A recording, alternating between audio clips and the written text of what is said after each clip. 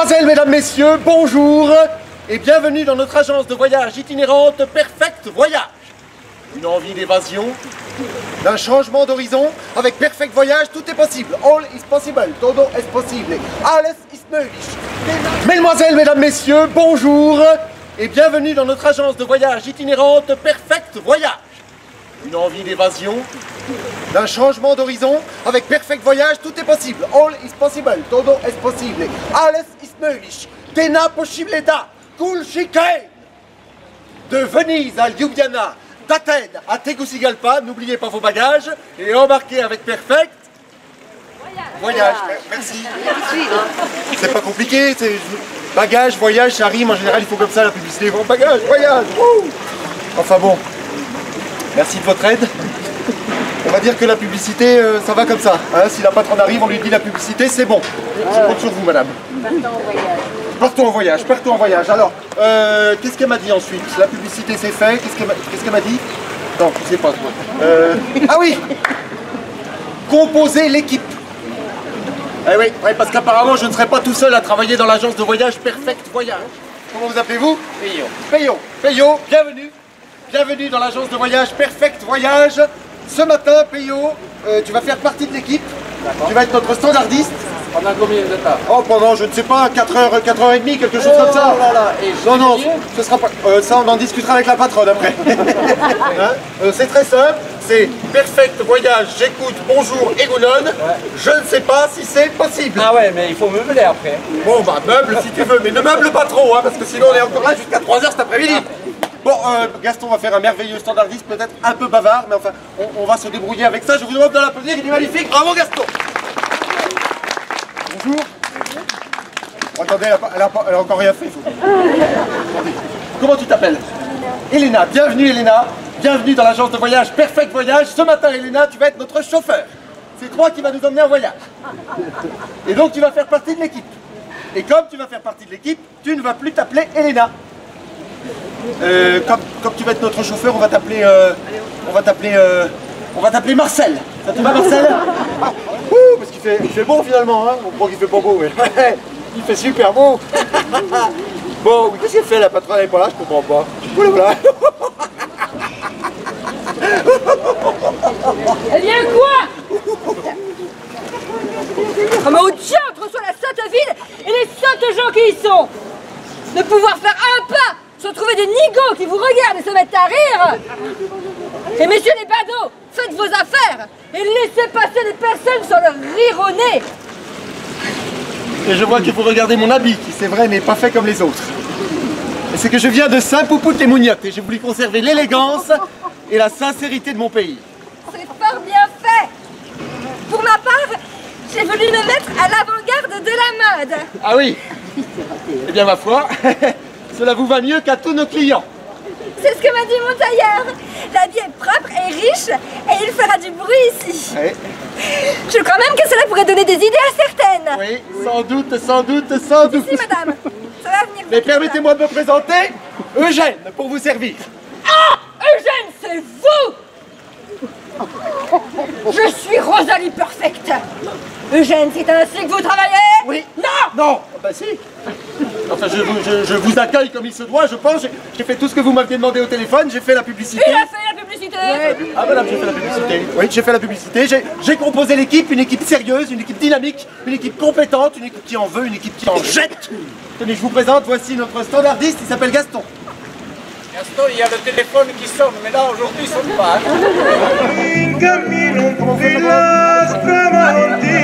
C'est la brasse, ça, madame.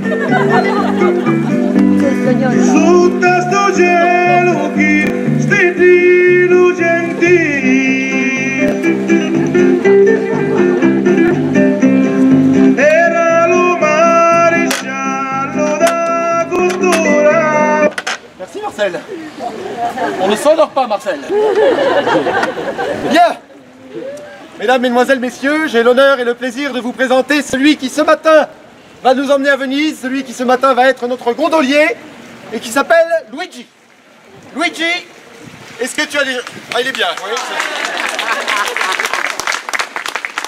On ne sait pas comment il navigue, mais par contre, pour la présentation, c'est nickel. Hein.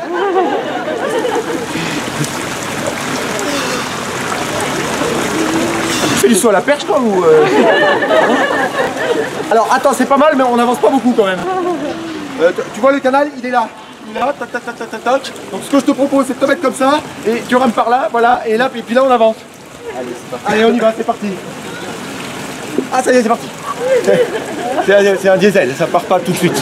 Il faut un peu de temps. C'est bien. Oh, ça a l'air dur, hein, quand même, hein. Parce que ça monte, je sais pas pourquoi, ça monte. Ouais, ok, c'est bien, Luigi, c'est pas mal. Par contre, je trouve ça manque un peu d'ambiance dans la gondole. Si tu pouvais, pendant le trajet, nous siffloter un petit air italien, ce serait pas mal. Ti amo, ti amo, ti amo, ti amo, ti amo. Ah, mais je connais pas les... Attends, on est arrivé, Luigi. Ah, Luigi, une fois qu'il est parti, hein. C'est bien parce qu'en sifflotement, il est super fort.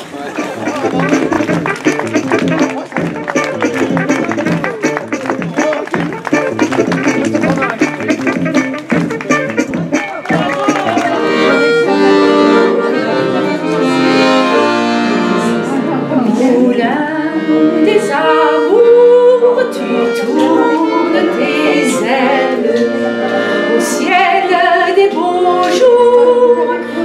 Moulin des amours, mon cœur a dansé sur tes ritournelles sans même y penser.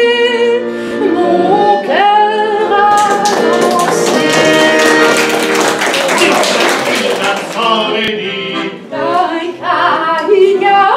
Tu fiacres une dame sans rédit. Chouette Léon, c'est mon mari. Il a plus besoin de nous cacher. Quand il a il a plus besoin de nous cacher. Donne ton sens au crochet. Bravo.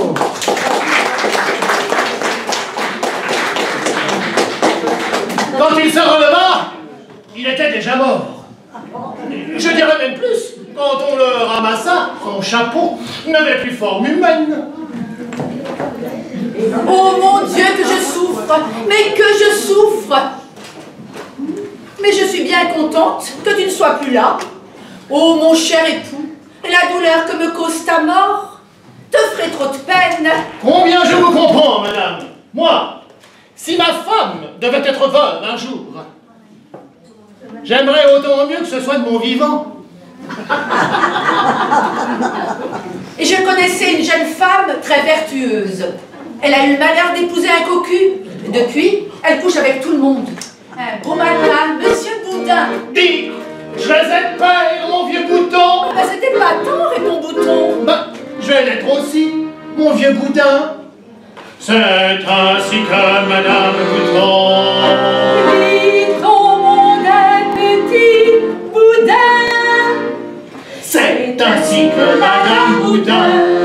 Mettons un petit bouton.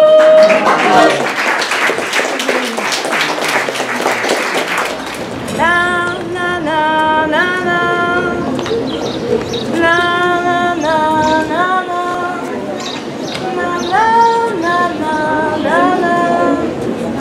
Na na na na na na. Na na na na na na. Vasilissa! Vasilissa! Oui, je suis là. Te voilà enfin, toujours en train de traîner. Tu dois prendre un travail. Je voulais vous dire. Oh, travail et en silence. Oui, mais je voulais. Personne ne t'a jamais appris. Tu vois tous ces branchages et feuillages éparpillés au sol. Oui. Tu vas tout ramasser. Quand je reviens, le sol doit être propre. Impeccable. Tu veux venir m'aider à balayer? Alors, qui veut venir m'aider à balayer? Toi, tu veux venir m'aider à balayer? C'est parfait, on peut l'applaudir! Oui! Tu veux venir m'aider aussi à balayer? Vous allez vous mettre en ligne ici? Et on va mettre toutes les feuilles là-bas, entre les deux. D'accord? Alors, vous êtes prêts? Je vais compter jusqu'à 3 et ça va être la course. D'accord? Et vous allez nous encourager?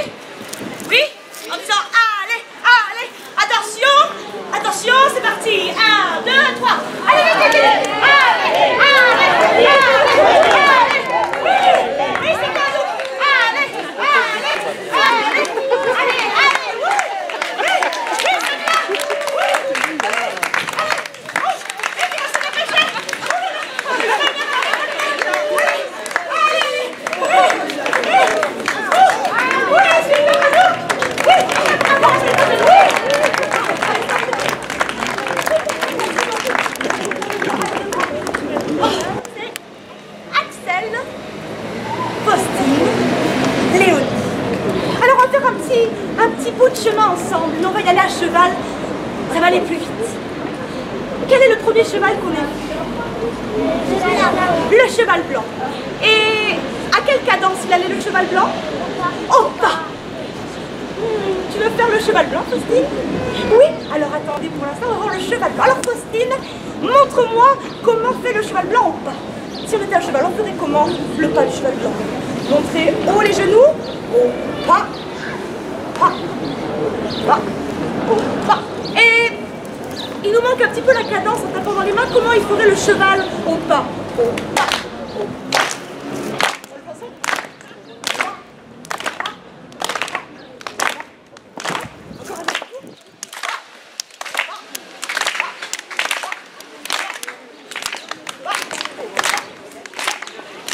Merci Faustine pour ce petit bout de chemin ensemble. Bravo. Ensuite, on a vu quel cheval? Le rouge. Et le rouge, il allait à quelle cadence? Il trottine, il trotte. Qui c'est qui veut faire le cheval rouge? Très bien alors, le cheval rouge. Alors le cheval rouge, comment on peut faire le cheval rouge qui trotte? C'est une idée, tu sais pas? Comme ça? Hein? Oui, c'est pas mal. Et alors, comment on fait le cheval qui trotte en tapant dans les mains?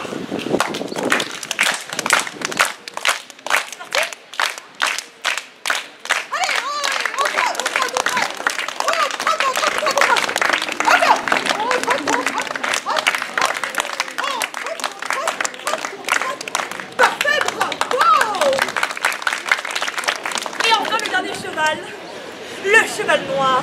Et le cheval noir, il allait à quelle cadence? Il trottait pas, non, il galopait, oui, il galopait. Alors, comment faire le cheval qui galope? Une idée? On va courir vite. Et comment on fait le cheval qui galope en tapant dans les bras? Alors il y a un petit truc, c'est qu'on se sert aussi des genoux.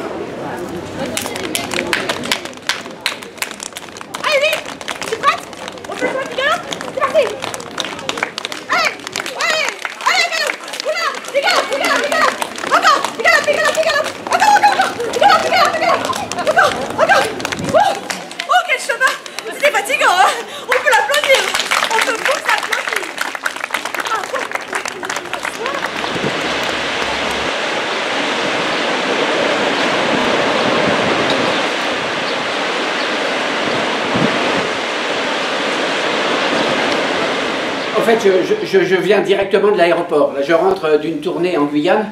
J'ai joué toute la semaine à Cayenne, à Kourou, à Saint-Laurent-du-Maroni, mais normalement, j'aurais dû atterrir beaucoup plus tôt à Biarritz-Spa.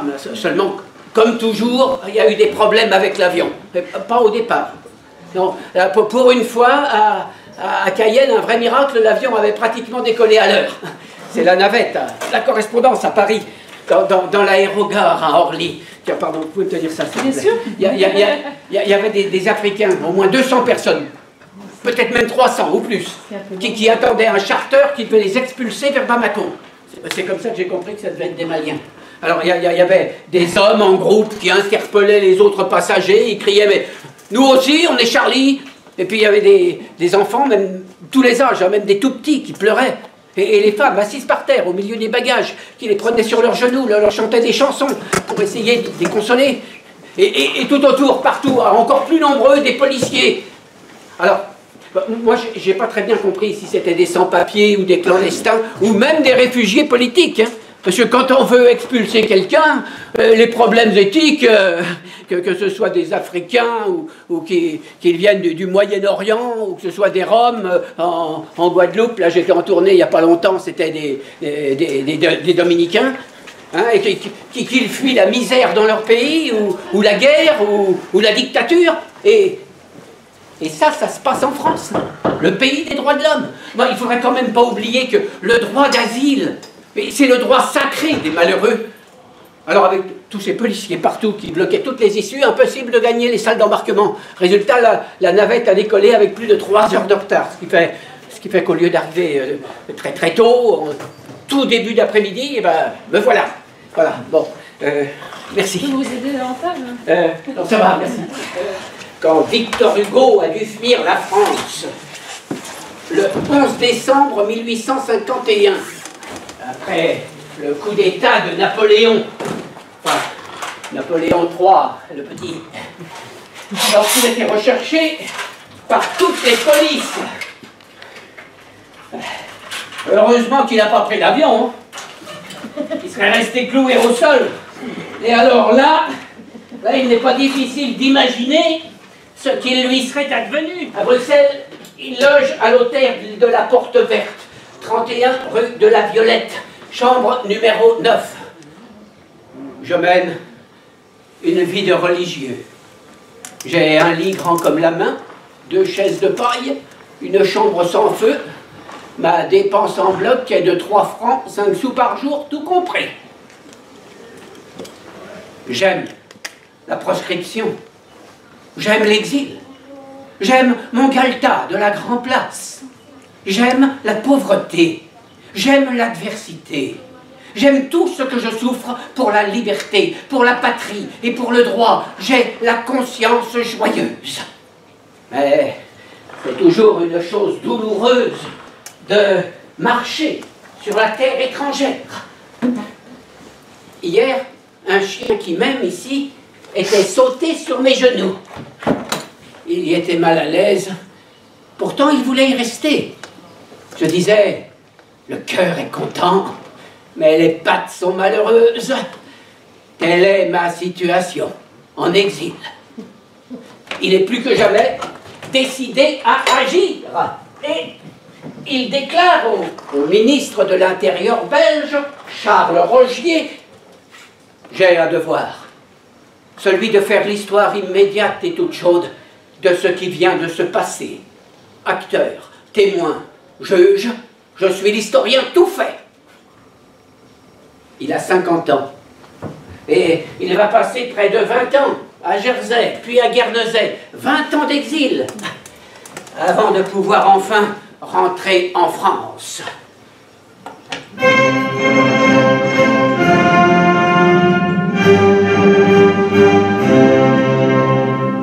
Puisque le juste est dans l'abîme, puisqu'on donne le sceptre au crime, puisque tous les droits sont trahis, puisque les plus fiers restent mornes, puisqu'on affiche au coin des bornes le déshonneur de mon pays, je t'aime, exil. Douleur, je t'aime. Tristesse, sois mon diadème.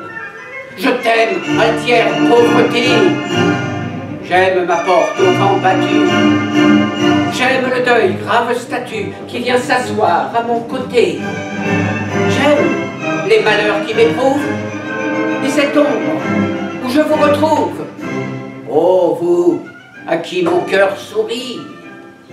Dignité, foi, vertu voilée, toi liberté, fier exilé, et toi dévouement, grand proscrit.